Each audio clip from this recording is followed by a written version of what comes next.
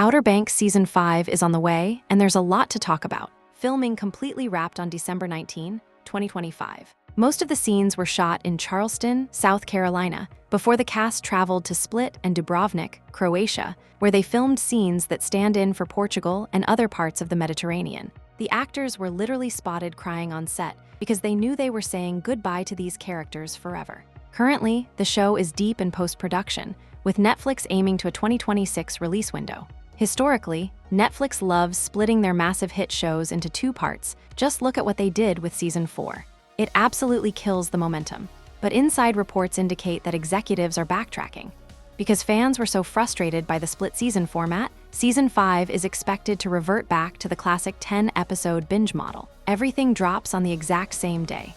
We're likely looking at a late summer or early fall 2026 release, giving post-production enough time to polish what the creators call their biggest, most cinematic episodes yet.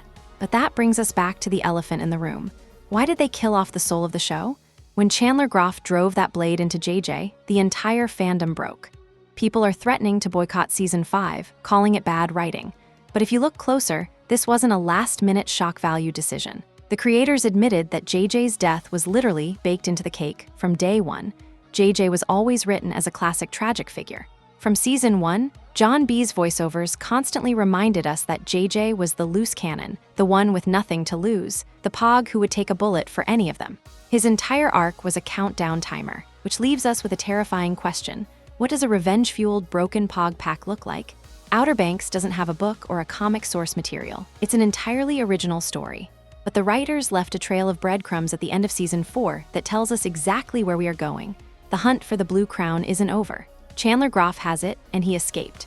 The Pogues didn't just bury their best friend in the Moroccan desert and decide to go back to surfing. They made a vow on his grave: track down Groff, take the crown, and avenge JJ. This turns Season 5 from a lighthearted beach adventure into an international, high-stakes revenge thriller.